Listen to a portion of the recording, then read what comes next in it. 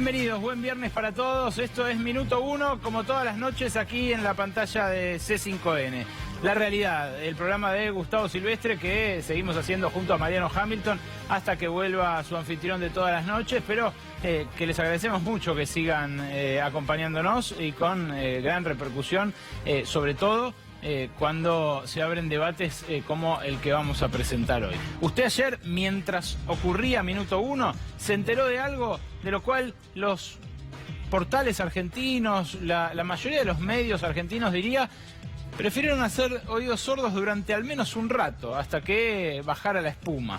Fue la revelación de que un importante funcionario que tiene oficina en la Casa Rosada, el subsecretario general de la Presidencia, ocultó y no declaró en un banco en Andorra, una guarida fiscal, allí en Europa, en un lugar absolutamente opaco para las administraciones tributarias de todo el mundo, pero especialmente para la AFIP, $1.200.000. Un bolso, pero lanzado con una potencia que le permitió cruzar el océano. Varios bolsos son los que hacen falta para juntar $1.200.000. Bueno, esto con el correr de las horas sí se convirtió en un escándalo. Durante el día de hoy se produjeron muchas repercusiones y por eso ese es nuestro principal tema de hoy y con el cual preferimos abrir el programa y con el cual nos puede además acompañar. La cuenta de Gilligan no es una remake de aquella serie entrañable de la isla de Gilligan, sino que es la cuenta que ocultó este hombre, Valentín Díaz Gilligan, el subsecretario general de la Presidencia, allí en Andorra, y hoy hizo un intento de descargo. ¿Qué había dicho en su descargo inicial ante el diario El País cuando lo consultaron nuestros colegas de ese diario, el más prestigioso de habla hispana? No es mía, era de un amigo. Y por eso ese es el hashtag, el tema de conversación con el cual nos puede acompañar hoy en las redes sociales. Era de un amigo, dijo Gilligan, casi autoincriminándose como palo blanco, testaferro o como lo quieran llamar, algo que hoy rápidamente desandó en una entrevista con Clarín y en varias apariciones en medios amigos para intentar justamente sacarle ese tono autoincriminante que tenía su descargo en la nota original del País. Un verdadero escándalo, otra vez vinculado a cuentas offshore, otra vez vinculado a guaridas fiscales, que sacude al gobierno cuando todavía no se había apagado el fuego de las dos empresas offshore, que fondos de inversión, fondos de inversión de riesgo, que le descubrió el fin de semana pasado el diario Perfil al ministro de Finanzas, Luis Caputo, un engranaje clave dentro del Gabinete Nacional. Este va a ser el primer tema en el cual nos vamos a detener hoy aquí en Minuto 1, pero no perdemos de vista tampoco la realidad cotidiana, los temas que venían discutiéndose en los últimos días, y uno de ellos es el caso Chocobar. No entiendo por qué dicen que se excedió, dijo hoy el presidente Mauricio Macri, después de que la Cámara del Crimen ratificara el procesamiento de Luis Chocobar, este policía comunal de Avellaneda que acribilló a tiros a un joven delincuente que acababa de robarle una cámara a un turista norteamericano y de acuchillarlo para robarle esa cámara. No entiendo por qué dicen que se excedió, dijo el presidente. En un instante vamos a compartir con ustedes la imagen, el momento en el cual el presidente insistía en respaldar a este policía, a quien hoy la justicia misma decidió ratificar como procesado. Y finalmente, el retiro gourmet de Cambiemos, nuestro otro tema, allí en Chapalmalal, en la residencia presidencial de Chapalmalal, hubo de todo. Hubo pádel, hubo tenis, hubo distintas clases de agasajos y de comidas, y también hubo un poquito de política. En instantes algo de información de lo que pudimos recabar de allí, al margen de las declaraciones públicas que se sucedieron a lo largo de varias conferencias de prensa desde allí, desde donde está instalado el presidente, con la gobernadora y con también algunos de sus importantes líderes parlamentarios. Nos ponemos en marcha ya mismo, aquí en Minuto 1, con el primero de los temas, con el caso Chocobar. El héroe que no fue, El héroe que, bueno, los adalides de la mano dura quisieron ver en este policía que a la postre, por las imágenes que se pudieron observar del domo que tenía instalado allí el gobierno de la ciudad, aquí lo tenemos detrás mío, se ve claramente que los tiros de gracia que terminaron por matar a Pablo Cucoc, este chico de 18 años que murió allí en La Boca después del atraco que protagonizó junto con un cómplice, con otro delincuente. Bueno, se ve claramente por el tiempo que tarda Chocobar en aparecer, que le tiró desde lejos, como finalmente establecieron las pericias de la justicia, y que le tiró caminando, lo cual dista de figurar en los protocolos a la hora de detener incluso un delincuente cuando se lo detecta en flagrante delito. Bueno, hoy hubo justamente una ratificación del procesamiento por parte de la Cámara del Crimen, como decíamos, pero el presidente no se movió ni un centímetro de su posición y desde el retiro espiritual de Chapadmalal dijo lo siguiente. Como presidente es siempre respetar la justicia como un poder independiente. Ahora yo quiero hablar como ciudadano. Yo creo que no entiendo, honestamente no entiendo cómo en un fallo que leí dice que estuvo todo bien hasta el último instante, donde los jueces dicen que se excedió el policía. Pero ¿cómo se excedió? Estamos hablando que el policía perseguía un asesino. Si esa persona está viva, no es por mérito de ese asesino que hoy está muerto, es por mérito del médico y del policía que paró tal vez la puñalada número 11. Entonces no entiendo qué esperan esos 3 jueces. Honestamente yo no creo en eso. Yo creo que el policía está para cuidarnos a todos los argentinos, que es lo más importante, ¿no? O sea, y para que nos pueda cuidar, nosotros tenemos que darle las herramientas para que ellos puedan actuar. Honestamente no comparto y creo representar con lo que siento como ciudadano la mayoría inmensa de los argentinos que no compartimos lo que expresan estos jueces, que seguramente con lo que lograron, seguro que Zaffaroni los llamó para felicitarlos, pero la mayoría de los argentinos no pensamos como Zaffaroni y sus teorías. La mayoría de los argentinos sentimos que los policías nos tienen que cuidar a nosotros, no a los asesinos ni a los delincuentes. Claro, es una mezcla peligrosa. Recién leía a un periodista veterano en cubrir noticias judiciales y en cubrir los tribunales de Comodoro Pi, Omar Lavieri, una reflexión.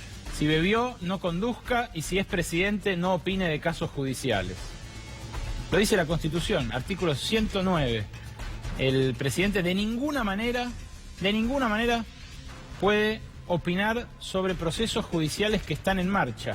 Y este está tan en marcha que hoy, como les contaba recién, la Cámara del Crimen confirmó el procesamiento por homicidio agravado por la utilización de arma de fuego en exceso del cumplimiento de su deber. Le alivió un poco el procesamiento la Cámara del Crimen, pero para el presidente debería estar absuelto.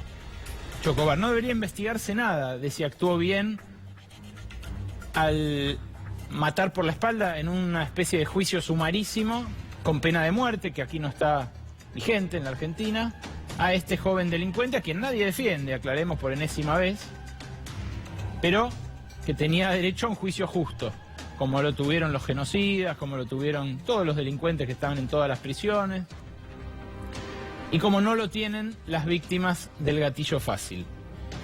Mariano Hamilton, con los detalles del fallo de la Cámara del Crimen. ¿Qué tal, Berco? Buenas noches. Exactamente, es homicidio agravado en uso de arma de fuego y legítima defensa en cumplimiento del deber. Ese detalle de incumplimiento del deber es el que aliviana todas las penas de aquí en más para el policía Chocobar.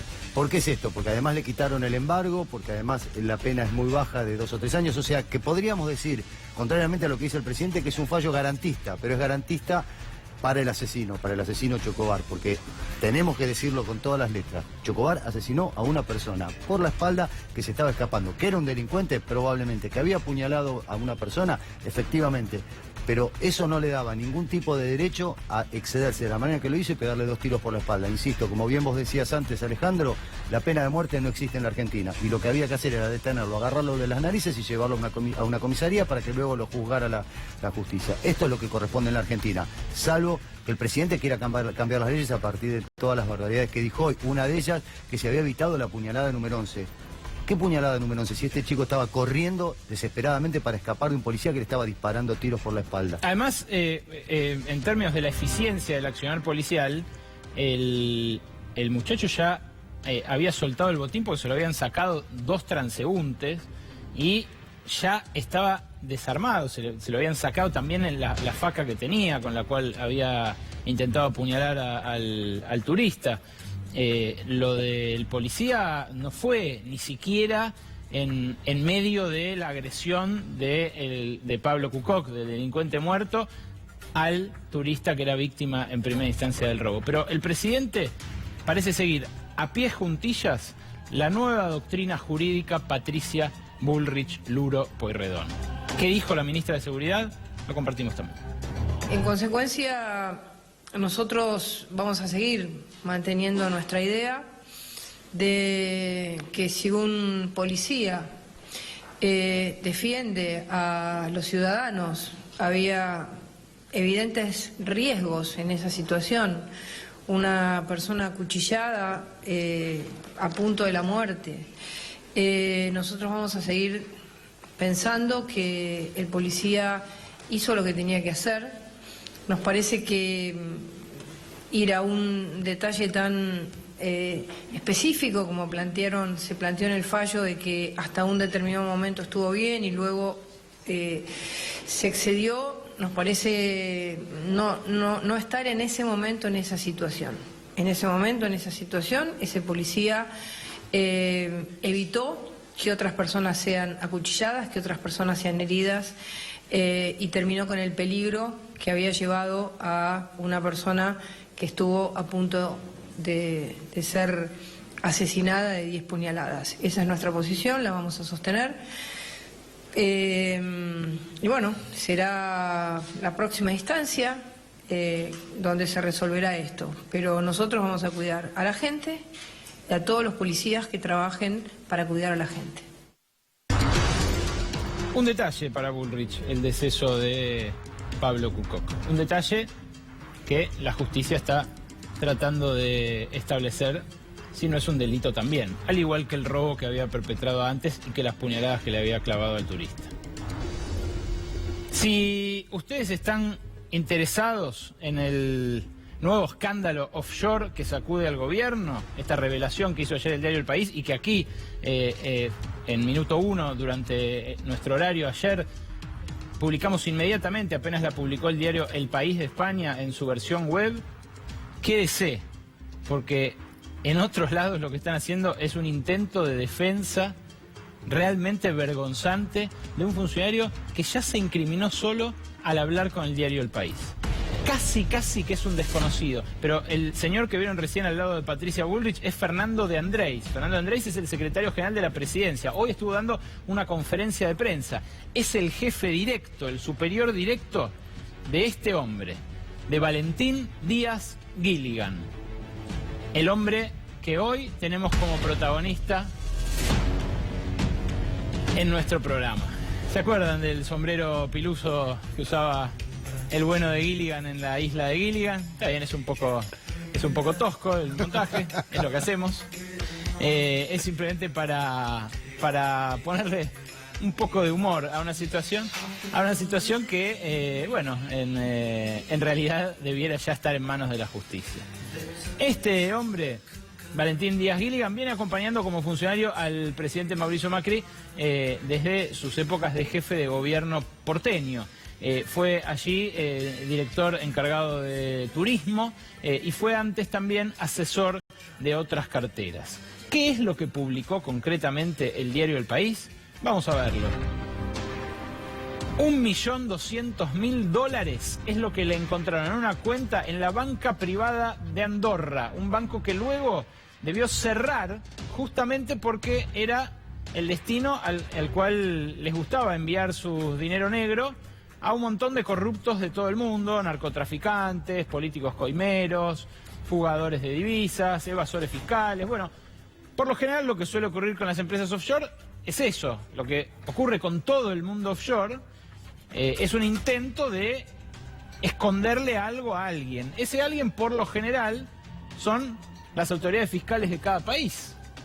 Claro, en este caso, con tan mala suerte, que la información, los registros contables de la banca privada de Andorra cayeron en manos de los colegas del país, y los colegas del país fueron simplemente a constatar si este funcionario había declarado ante la Oficina Anticorrupción en su declaración jurada tener este dinero.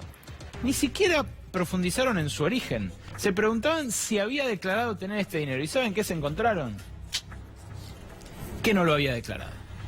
¿Cómo se abrió la cuenta y en qué circunstancias? Lo tenemos aquí. Se abrió en 2012 a nombre de la empresa británica de intermediación de jugadores de fútbol Line Action. Se sabe que la intermediación de jugadores de fútbol es, con la hotelería y con los lavaderos de autos, uno de los más convenientes vehículos para la oficialización, la canalización hacia el mercado formal, hacia el mercado financiero, de dineros de origen ilícito.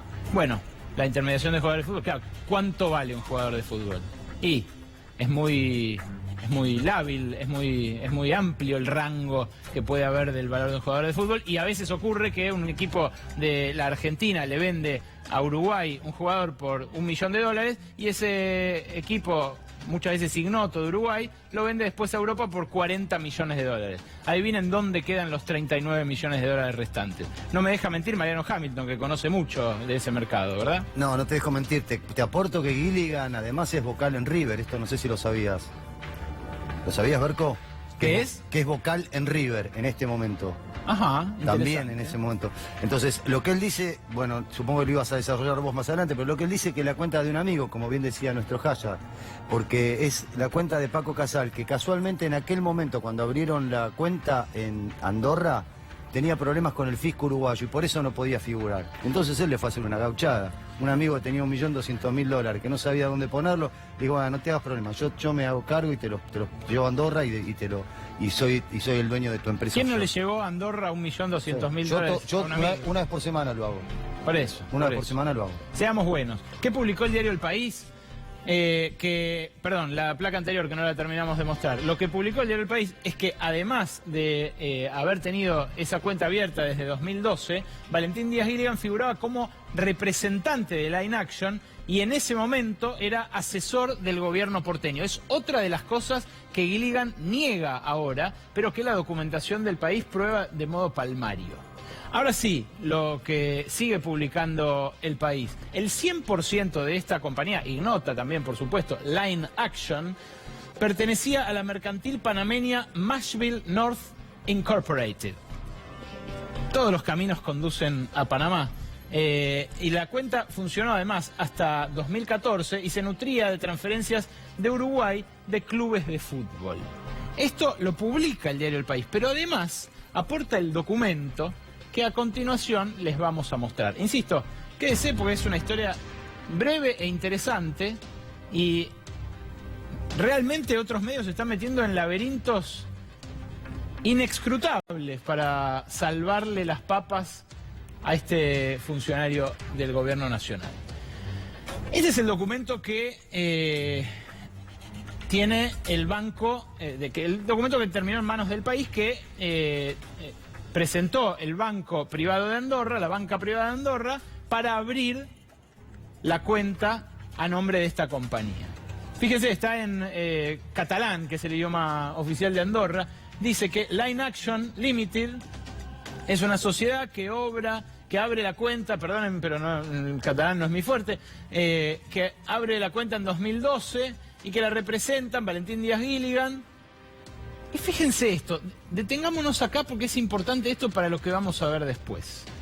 Dice que la sociedad se dedica a intermediar entre clubes de fútbol y jugadores. ¿Lo tienen ahí? Acércame ahí, Charlie, si podés. Dice que la sociedad se dedica a intermediar entre clubes de fútbol y jugadores. Y que actualmente tiene un saldo de 1.200.000 euros por la transferencia de Uruguay de clubes de fútbol. Desde Uruguay. Desde Uruguay, desde clubes de fútbol.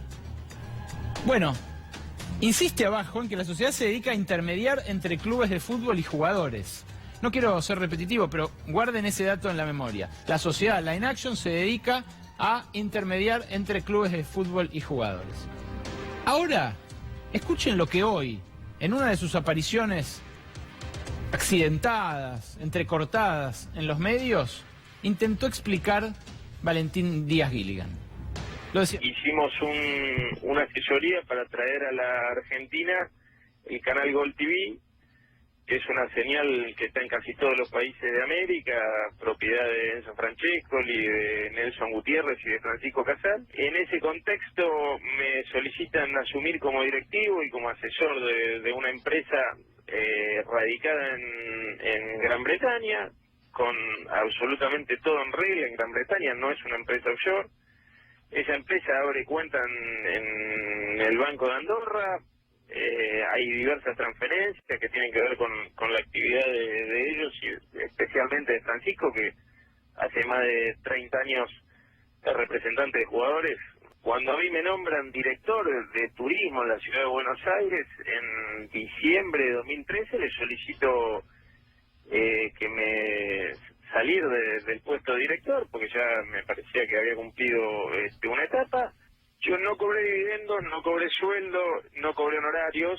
¿Y ese dinero depositado ahí, 980.000 euros o 1.200.000 $, vos no hiciste ningún aporte de eso?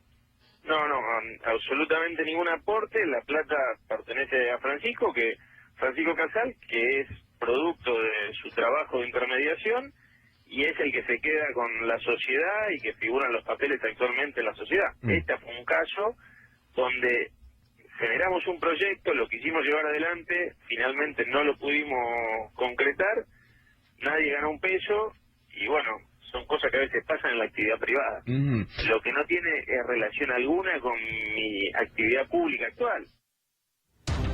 Casi dan ganas de hacer una vaquita, una colecta, una rifa y llevarle plata al bueno de Díaz Gilligan, ¿no? Ustedes escucharon lo que pone como excusa, como argumento, que era un dinero para que llegara a la Argentina la señal Gol TV.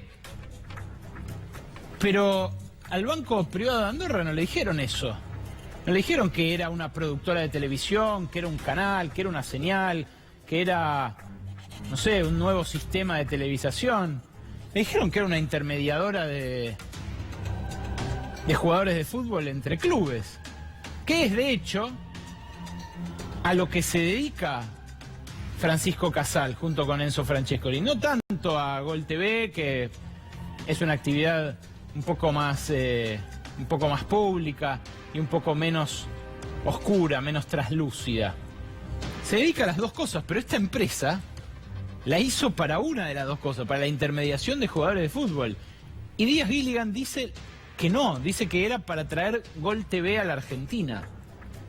¿Qué más, Mariano, nos podés contar sobre este personaje desconocido aquí en Argentina, pero que es una especie de Julio Humberto Grondona de Uruguay, si no me equivoco? Sí, no es Julio Humberto Grondona porque nunca fue dirigente. En realidad sería como un Carlos Ávila, es una persona que estaba como del lado de empresarial y la persona que hacía transferencias, después se apoderó de los derechos del fútbol uruguayo. Un bursaco. Una especie de bursaco, exactamente, ahí está, es mucho más preciso. Bien. Mucho más preciso tu. Bueno, yo tengo una anécdota personal, a mí no me gusta hablar de mí, pero yo tuve un cruce una vez con Paco Casal, cuando yo dirigía el gráfico, él me citó en un hotel, el Hotel Sheraton, en la ciudad de Buenos Aires. Yo fui con Diego Melconian y Pablo Geraldes, que eran dos periodistas del gráfico que habían escrito una nota sobre lo que ocurría con los derechos de televisión en Uruguay, y estaba sentado Paco Casal enfrente, Enzo Francescoli a la derecha y Nelson Gutiérrez a la izquierda, y entre los tres me dijeron que o yo hacía una desmentida en la revista o al día siguiente iba a salir Recoba, que era un jugador uruguayo que en ese momento jugaba en Italia, a decir que yo había pedido una coima de $200.000. O sea, fue una extorsión directa. Yo me di vuelta, no puedo decir en televisión las cosas que les dije, Me levanté, me fui, por supuesto no hice ninguna desmentida y tampoco llegó la acusación de Recoba. Pero así se maneja en el fútbol uruguayo, Paco Casal.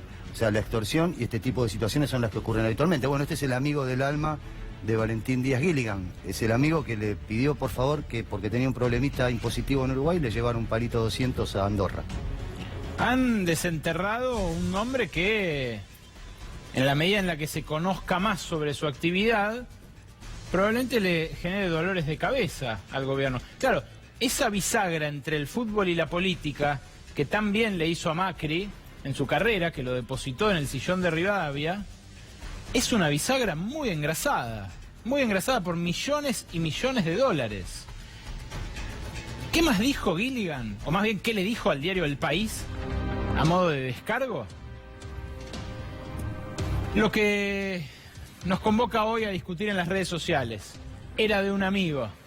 Francisco Casal tenía problemas en su país y me pidió el favor. Tenía un juicio con el fisco que ganó y no podía figurar. Confiaba en él. La plata nunca fue mía. Esto, repito, son los textuales que publicó el diario El País. Y hay más. Hay más porque también le dijo: pedí que me sacaran.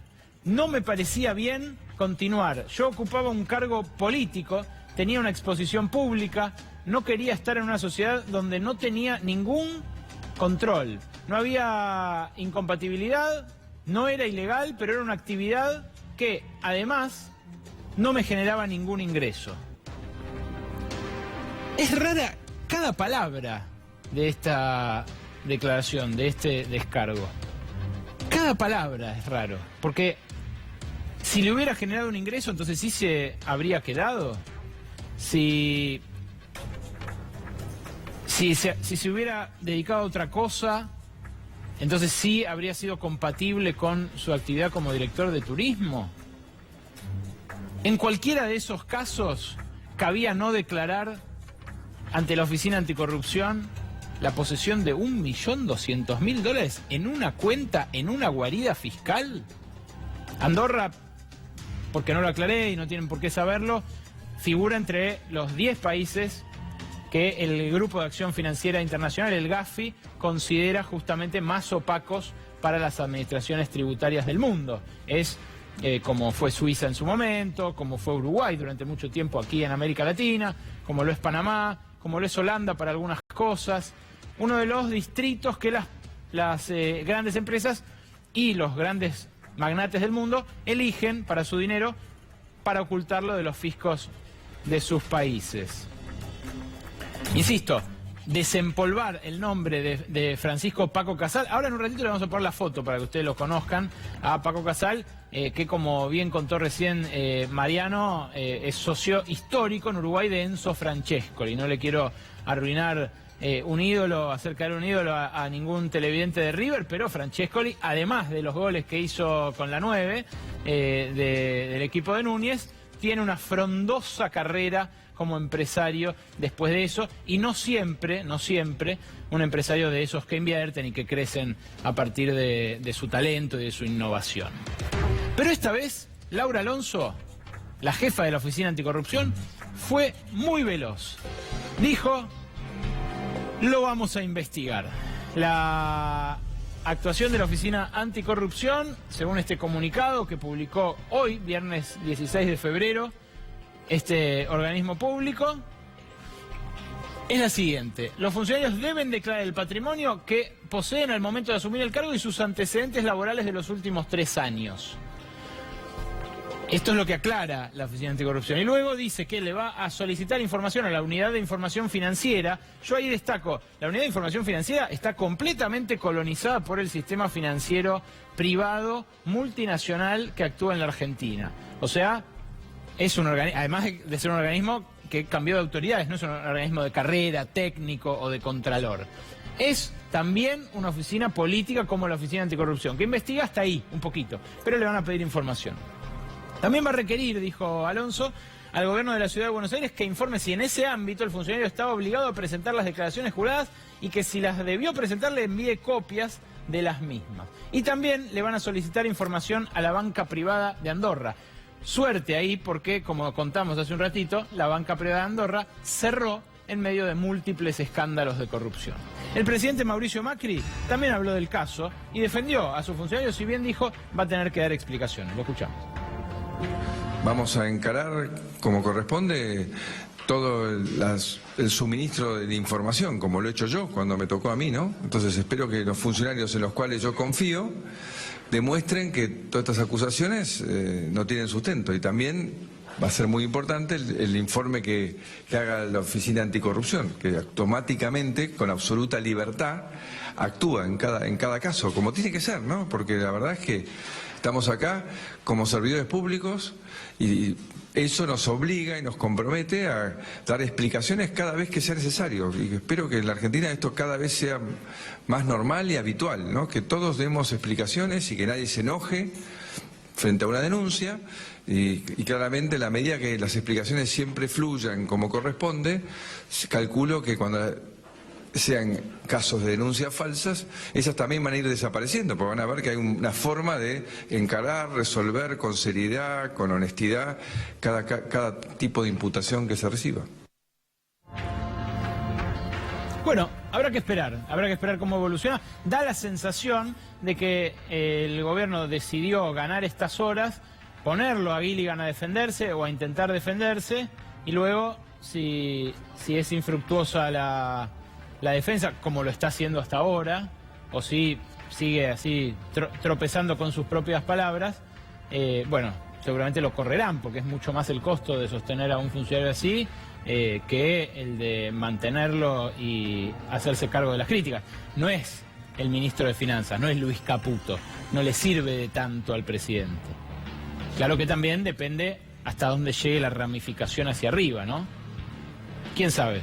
Siendo uno de River y el otro de Boca, probablemente no lo tengan, pero hay cosas que son ecuménicas, donde no se reparan en banderas. Otro complicado en esta investigación del diario El País es el exgobernador neuquino Jorge Zapag. Jorge Zapag, uno de los líderes del Movimiento Popular Neuquino, miembro de la dinastía de los Zapag, que gobierna esa provincia, creo que desde los años 50 más o menos, recién ahora se vio interrumpido su reinado, intentó depositar 5 millones de dólares en el mismo banco, en la banca privada de Andorra. ¿Por qué debería importarnos de dónde vienen esos 5 millones de dólares que quiso depositar Zapag y Guillermo Coco, su ministro de Hidrocarburos, que luego fue jefe de gabinete también? Bueno, una mano derecha de Zapag. ¿A dónde ponen a su mano derecha los gobernadores de Neuquén? Como ministro de Hidrocarburos. Es prácticamente un emirato.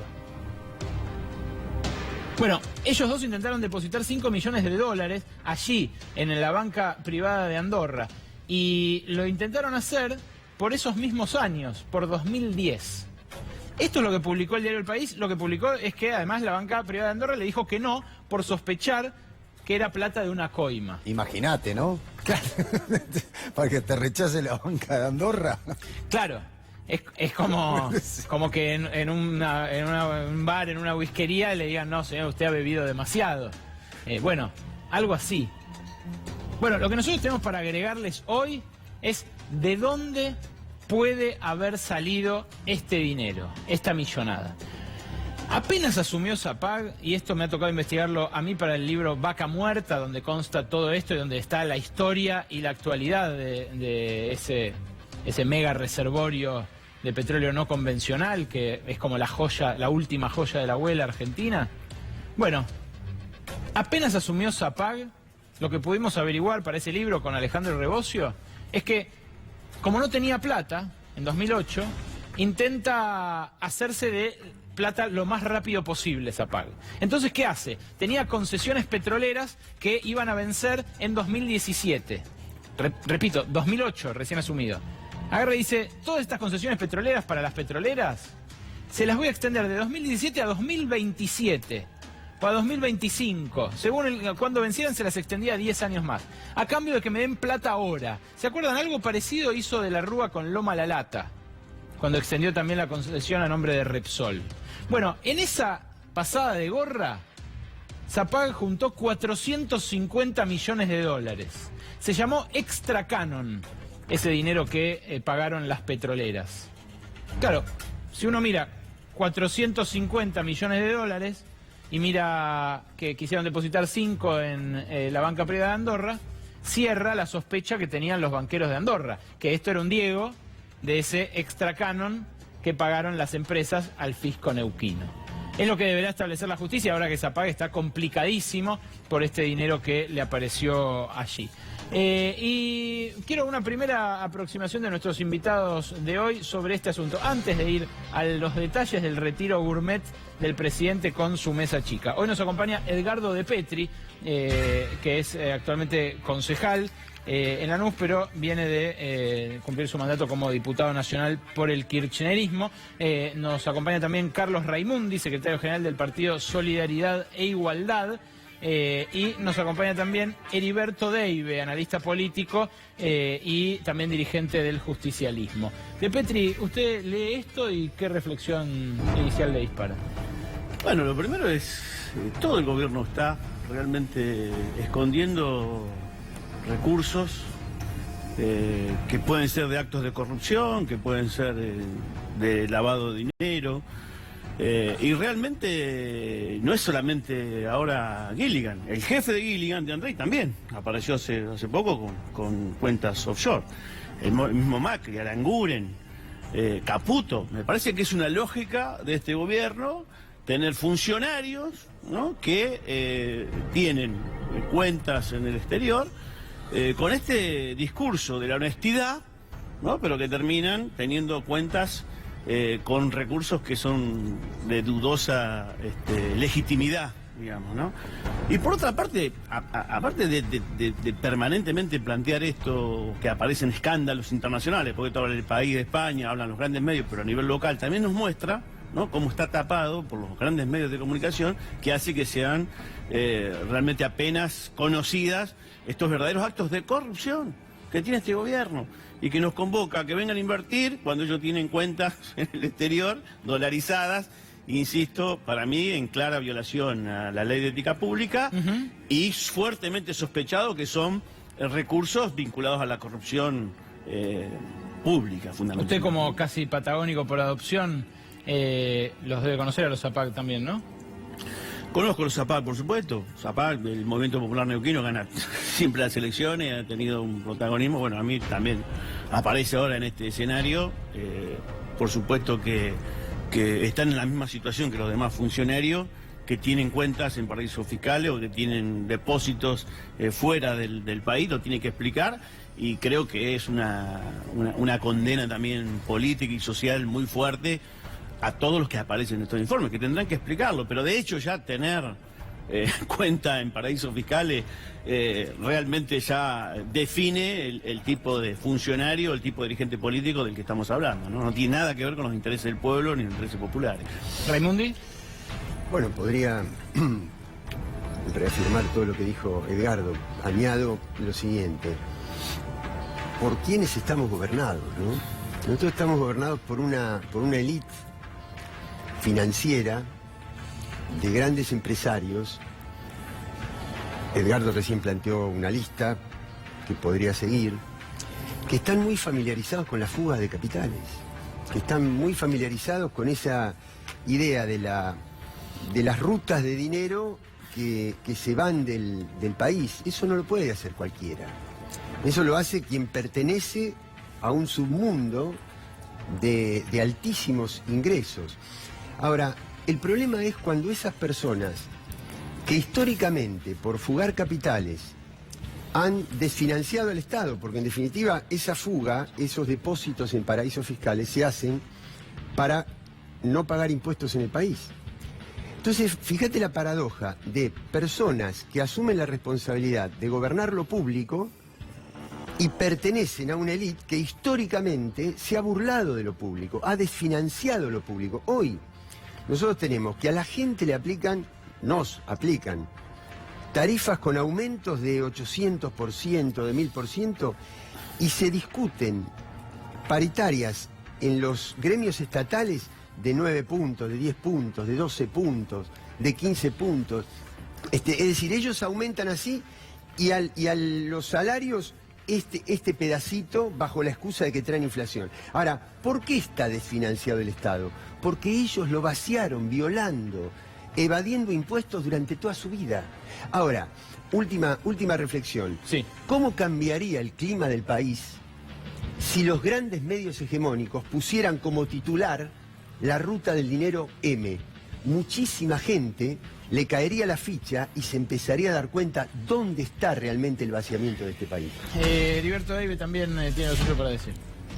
Yo venía escuchando la conferencia de prensa del presidente y digo, es la primera vez que un retiro espiritual da licencia para mentir. Lo grave del mundo offshore es que en el mundo offshore se maneja evasión, corrupción, trata, narcoterrorismo, tráfico de armas. No es menor que todos los funcionarios de un gobierno, empezando por el presidente, que fue el primero en marzo del 2016, estén denunciados por el mundo offshore. El intendente de Lanús lo mismo, ¿sí? Es de una gravedad tal, pero aparte le agregan con un desparpajo, un descaro, lo escuchaba el presidente, por eso digo que miente, se olvidan de declararlo en sus declaraciones juradas. Cuando con todos los que fuimos alguna vez funcionarios, es nuestro primer deber. Porque se olvidan de declarar 250 millones, 50 millones, $1 millón, como si yo me olvidara de declarar mi sandero. Y bueno, esto es lo grave. Son las escalas, ¿no? Claro, es una cosa, y esto me parece que merece un análisis profundo. Es decir, el gobierno simula ética y transparencia, pero tiene una moral offshore. Le exige a los demás lo que no es capaz de exigirse a sí mismo. ¿Por qué? Porque el presidente fue el primero que se descubrió con una cuenta offshore en el exterior. Y hablando del retiro espiritual, vamos a ese tema, el retiro espiritual del gobierno nacional en la residencia de Chapadmalal. Ya lo vieron al presidente de Chomba. Ayer uno de los que se iba a recluir en el retiro espiritual me decía, la única regla es que nadie hable más de 5 minutos. Si no lo pueden decir en 5 minutos, no lo digan. Y dobló la apuesta mi fuente. Me dijo, ¿sabes qué? Ese es el principal aporte de Cambiemos a la política. Que no haya discursos de media hora para decir lo que se puede decir en 5 minutos. Puede ser que de tan breves los discursos hayan dado lugar a actividades extrapolíticas o lúdicas, como juegos de pádel y tenis en la propia residencia de Chapadmalal. Incluso hasta se quejaron del estado de las canchas los que estuvieron allí recluidos reflexionando, al menos según la crónica que hizo el diario Clarín respecto de la actividad. Fíjense, no les miento, dijeron haber jugado al pádel y dijeron haber además disfrutado bastante de la estancia. Solo Mauricio Macri y Gabriela Michetti tuvieron habitaciones privadas, los demás compartieron para generar, me imagino, un clima de camaradería. Se acomodaron en cuartos compartidos y hubo milanesas, postre Balcarce y un poquito de deportes también. Veámoslo, cómo lo pone la crónica del diario Clarín. Lo pone así, en sus propios términos. Los 35 funcionarios que se congregaron en la residencia presidencial comieron milanesas con papas fritas y ensalada, tarta de acelga, hasta ahí frugal, austero. Para el final los mozos de la residencia les sirvieron postre Balcarce, aunque también ofrecieron panqueques con dulce de leche o ensalada de fruta. Ningún lujo, nada estilo Alejandro Ruemers. Antes de las deliberaciones, algunos madrugadores armaron desafíos al tenis en una cancha en estado mediocre y al pádel, el deporte favorito del presidente. Claro, uno diría, bueno, está bien, iban a trabajar, el presidente viene como de 40 días de vacaciones, se tomó igual alguna pausita, metió pádel, metió chomba. Los asistentes al retiro llegaron el jueves por la noche a la localidad vecina a Mar del Plata y cenaron salmón con ensalada. También, bueno, está caro el salmón, es cierto, pero es gente de poder adquisitivo, son funcionarios, no le vamos a criticar el salmón, las milanesas ni la tarta de acelga. Después cerraron con un asado, que tampoco vamos a criticar, porque yo mínimo un asado por semana me meto. Pero lo notable es el presupuesto que insumió este menú para solo 35 personas. Yo cuando hago un asado, qué sé yo, Si somos 10, ¿qué te gastas? ¿Una luquita? ¿No? Ponele. 1.982.400 pesos el costo solamente del catering que se destinó a los 35 retirados espiritualmente en la residencia de Chapadmalal. Yo invito a 35 amigos durante 2 años, con 2 millones de mangos. Claro, a vivir a tu casa, claro, a comer todo el tiempo. Bueno, no fue el único gasto. Hubo más gastos también. Esto publica nuestros colegas de El Cronista. 1.900 pesos en gaseosas. No, 1.900 gaseosas. No. Son 1.900 botellas para 35. No puede ser. Y tienen sed. No, en serio.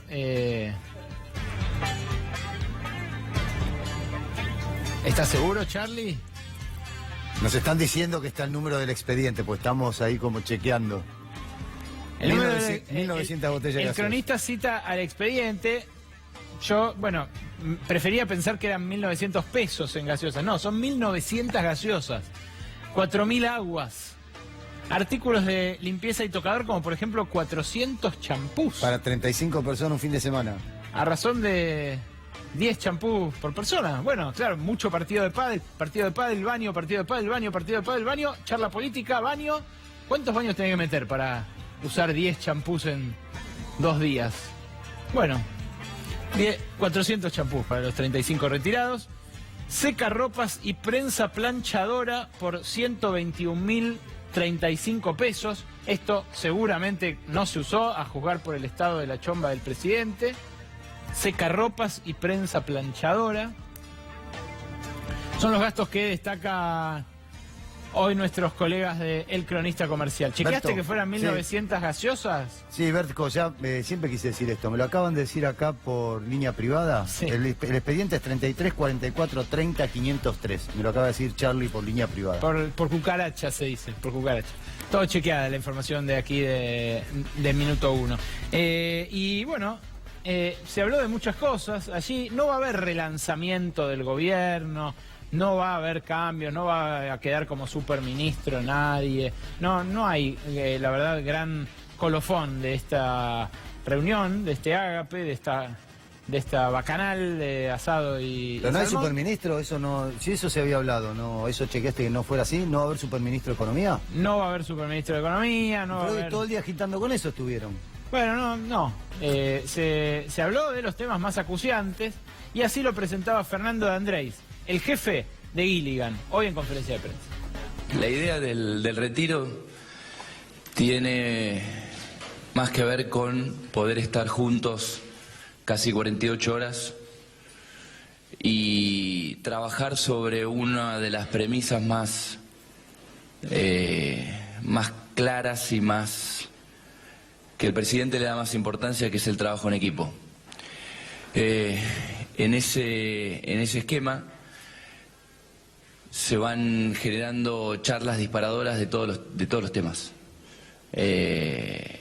Hoy a la mañana puntualmente no hablamos de la inflación ni de las paritarias, lo que no quita que pueda ser uno de los temas que surjan a lo largo del día. Pero no está pensado en módulos temáticos de la coyuntura nacional, sino en la visión general que tiene este gobierno para la política pública a ser implementada a lo largo del 2018 y, como te decía recién, la consolidación del trabajo en equipo, pensando en también la Argentina como esa extensión de un gran equipo que nosotros creemos y confiamos poder conformar para poder ir resolviendo cada una de las problemáticas que tenemos. Raimundi, ¿usted ve esto? ¿Ha participado usted en dinámicas de gobierno, áreas de responsabilidad ejecutiva? ¿Y cree que puede servir, que puede ser fructífera esta discusión? Bueno, yo mucho para agregar al tema de la corrupción o de los excesos de gasto no tengo, sino detenerme en cómo empezaron ustedes a describirlo, con esa pauta, con esa consigna de no hacer frases largas, de no tomarse demasiado tiempo. Y a mí me parece que ahí hay una nota distintiva. Esta gente representa el vaciamiento de la política, el vaciamiento de la reflexión, el vaciamiento del análisis.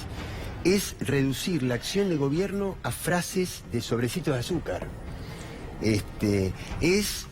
Llevándolo a otro de los temas del programa, es plantear un eslogan como que quienes repudiamos esta nueva doctrina autoritaria, policíaca, narrada por Bullrich, queremos que la gente esté indefensa, ¿no? Son esos falsos eslóganes, esos falsos dilemas que simplifican, que nos llevan a no poder reflexionar. Ahora, yo creo que nuestro pueblo, o por lo menos una parte, puede haber caído en la tentación de esto, de creer que esto era moderno, de que esto era bueno. Todo esto le fue llevando al deterioro de sus derechos, al deterioro de su vida. Yo estoy convencido de que esto tiene corto plazo. No puedo creer que una parte importantísima de nuestro pueblo, cuya inteligencia yo aprecio... Llevan 10 años en la ciudad, y Carlos. todo. Sí, bueno, pero la ciudad es muy particular, ¿no? Bueno. La ciudad no es el paisaje de todo el país, Mariano. Lo que quiero decir, a mucha gente le hicieron creer que esto era lo moderno y que lo central era odiarnos a nosotros. Y con ese mecanismo lo que está pasando es que se está deteriorando tremendamente su calidad de vida, su fuente de trabajo, su ingreso, todo lo que alguna vez disfrutó, la esperanza que tuvo.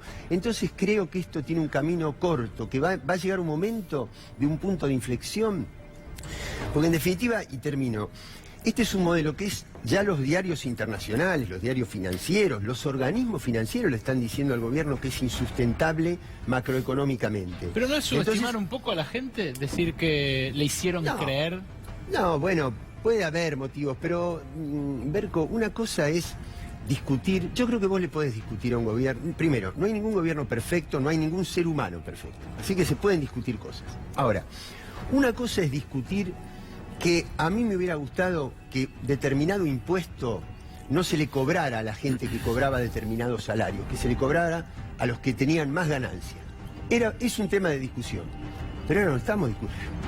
Es discutible si hay más cadena nacional, menos. Ahora, cuando vos discutís eso, quiere decir que ya tenés discutido en el país, que ya tenés resuelto en el país, que los despidos, que a vos no tenés temor de que mañana te llegue un telegrama y te mueras de hambre el mes que viene. Pero la gente, Edgardo, entonces no se dio cuenta de que le estaba metiendo la mano en los bolsillos durante 2 años. A ver, en octubre... Porque, perdón, usted lo dice desde el 11 de diciembre de 2015 que le están afanando a la gente. A ver, pero Macri no prometió que le iba a sacar 70.000 millones de pesos a los jubilados. Los candidatos que Cambiemos, María Eugenia Vidal, que anduvo por todos lados y la disputa con Cristina en la provincia, ellos nos dijeron, vamos a cambiar la fórmula de movilidad jubilatoria. Y hoy los jubilados, el día de hoy, en vez de tener el 14% de aumento como debían tener con la fórmula anterior de Cristina, tienen el 4,7%. Eso no se planteó en la campaña. Ahora, lo sabíamos todos. Yo lo que pregunto es una buena discusión. La que vota es la gente. Es una buena discusión. La que vota es la gente, el pueblo argentino, y va en función de opciones de poder real. Nosotros podemos entender, y de hecho sí lo hemos dicho a la sociedad, le hemos dicho que venía un ajuste a la sociedad. Bueno, la sociedad se dio creyendo en Macri. Bueno, evidentemente... Ese creer también fue por una opción del gobierno de Macri que le mintió a la sociedad. Tampoco nos dijeron que ellos dijeron que la inflación, ¿qué dijo Macri? No, la inflación es fácil de resolver. Pero si no demuestra la imposibilidad. Edgardo, en los 2 años previos a las elecciones de octubre del año pasado, en los años previos, hubo inflación, hubo aumento de tarifas, hubo ajuste, hubo despido, hubo un montón de cosas que ver con la oposición. Bueno, también tiene que ver con la capacidad que tiene la oposición. Perdón, tiene que ver con la capacidad que tiene la oposición de interpelar a la sociedad argentina. Ahí lógico que es una crisis. Quería llegar. Pero claro que es una crisis nuestra también. Claro. Yo te digo una cosa, por ejemplo, Lanús estuvo diciembre y enero sin luz casi. Y el intendente municipal, Grindetti, hizo toda junto con el de Loma de Zamora, con Martín Insaurralde, y hizo toda una acción contra Edesur. Ahora, lo que no puede decir Grindetti es que él fue parte del 1000% de aumento de las tarifas de energía eléctrica, y que quien conduce Edesur es una empresa italiana y es un hombre del gobierno que es Caputo, que se beneficia con el aumento de las tarifas, y que no hay condiciones desde el municipio para garantizar que Edesur tenga posibilidad de resolver los cortes de energía. Bueno, como esto, con el tema del laburo, escúchame, el 21 estamos a 2 días de una marcha multitudinaria, se reúne el gabinete, ¿y qué? Nos hablan de Chocobar, precisamente para cambiar el eje de la discusión. Hay que plantear el tema de inseguridad para que todo el mundo discuta el caso de Chocobar y no discutamos que siguen habiendo despidos, que los salarios están por debajo de la inflación, que se disparó a la inflación de nuevo, que van a estar por encima del 20%, que esa pauta del 15% que quiere imponer no va a resolver los problemas de los salarios, que va a seguir cayendo los salarios, y me parece que intentan cambiar permanentemente el eje de discusión. Pero por eso es responsabilidad de la oposición también plantarse fuertemente del gobierno y tener una opción de poder. Pero una frase nomás, no es subestimar a la gente, pensar que hay un poder mediático muy grande que a veces te tapa lo central y te convence de otras cosas. A mí a veces me parece hasta que te das cuenta, de lo central. Es como que separan entre iluminados que ven esa Matrix y gente tonta que cae en la trampa, digamos. No hay gente tonta, hay gente a la que le hacen creer que lo central es una cosa hasta que se da cuenta que lo central es lo que le está pasando en la vida. Bueno, por eso son puntos de vista. A mí Hay un gobierno que simula todo. Simula ética, simula transparencia, simula que lucha contra la corrupción cuando no desmanteló la matriz de obra pública, que es el gran foco de corrupción en la Argentina. Simula sensibilidad y expulsa a pobres permanentemente con la inflación. Simula que echa familiares y echa 10. Simula que achica el Estado en lo mismo que lo agrandó. Simula que lucha contra la inflación pero permite aumento de tarifas. Permite que un bono, como lo hizo el ministro Caputo de Finanzas la semana pasada, tenga cláusula gatillo. Permite que los municipios aumenten las tasas y las provincias en límites que van más allá del salario. Es decir, el gobierno simula todo. ¿Dónde está el problema, a mi juicio? En la construcción de una alternativa con ideas superadoras. Yo creo que hay que salir seriamente el justicialismo, y lo digo como justicialista, tanto de la protesta permanente como de aquellos que le votaron la reforma previsional que achicó la plata a los jubilados, que le dieron a la gobernadora Vidal que con carita de no sé qué se queda con el fondo del conurbano con la plata de los jubilados. Hay que salir de esas dos posturas. ¿Cómo se sale de esas dos posturas? Con un justicialismo que sepa qué lugar quiere estar en el mundo, que sepa institucionalmente qué quiere de la República, que sepa qué quiere de la división de poderes, del Estado federal, que sepa qué quiere de la economía, cómo va a encarar las economías regionales. Si el justicialismo tiene ideas superadoras, le va a dar a la sociedad esta que ha votado legítimamente lo ha votado, pero el gobierno, como no tiene medidas que tengan apoyo social, va dilapidando ese capital, le va a dar una alternativa y la gente volverá a decidir. ¿Pero cómo se combate? 10 segundos. Sí, ahora vamos a esperar. Lo de carita de no sé qué, lo diría de un hombre también, David. ¿Cómo? Lo diría de un hombre también, lo de carita por la gobernadora. Carita de Heidi, de bueno, sí. Sí, también. Yo soy honesto. Scioli, no quisiera un rapto machista en medio del programa. Ya bastante que no tenemos mujeres presentes. Scioli, miren, lo voy a decir y lo digo en voz alta. Scioli hacía lo mismo que hace Vidal. Vendían esperanza. Cuando el justicialismo no es vendedor de esperanza, el justicialismo es esperanza, porque el justicialismo le tiene que decir al presidente, cuando dice que todos nos tenemos que sacrificar, con los pobres no. Hasta acá llegamos. Berco, 10 segundos, Adelante. porque no hay que subestimar determinados recursos que tiene el gobierno para persuadir y para convencer.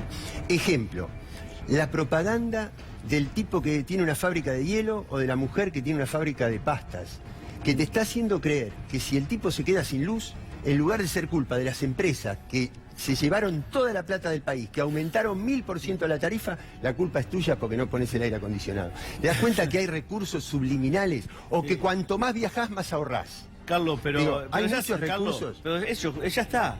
Clarín juega con Macri y va a seguir jugando hasta el final. Pero yo creo que les duró un tiempo. Por eso. Les duró un tiempo. Sí, yo creo que eso se acorta. Está deteriorado eso. Está totalmente deteriorado. Totalmente. Y por eso la movilización del movimiento obrero va a ser multitudinaria. Más allá de qué dirigente diga que sí. Por más que quieran cambiar el macrismo, el eje Chocobar y quieran justificar, hay un deterioro cada vez más importante en la población de la legitimidad de estas políticas de ajuste. Después está en la responsabilidad nuestra, si somos capaces de construir, una opción de poder que vuelva a que el pueblo vuelva a gobernar y parar el ajuste y construir otro destino para nuestro pueblo. Bueno, pero hoy la prioridad es parar el ajuste. Hay que denunciar la corrupción. Esto es corrupción. Lo de Guiriga es corrupción. Como el bono de Echeverre es corrupción. Como la cuenta de Aranguren es corrupción.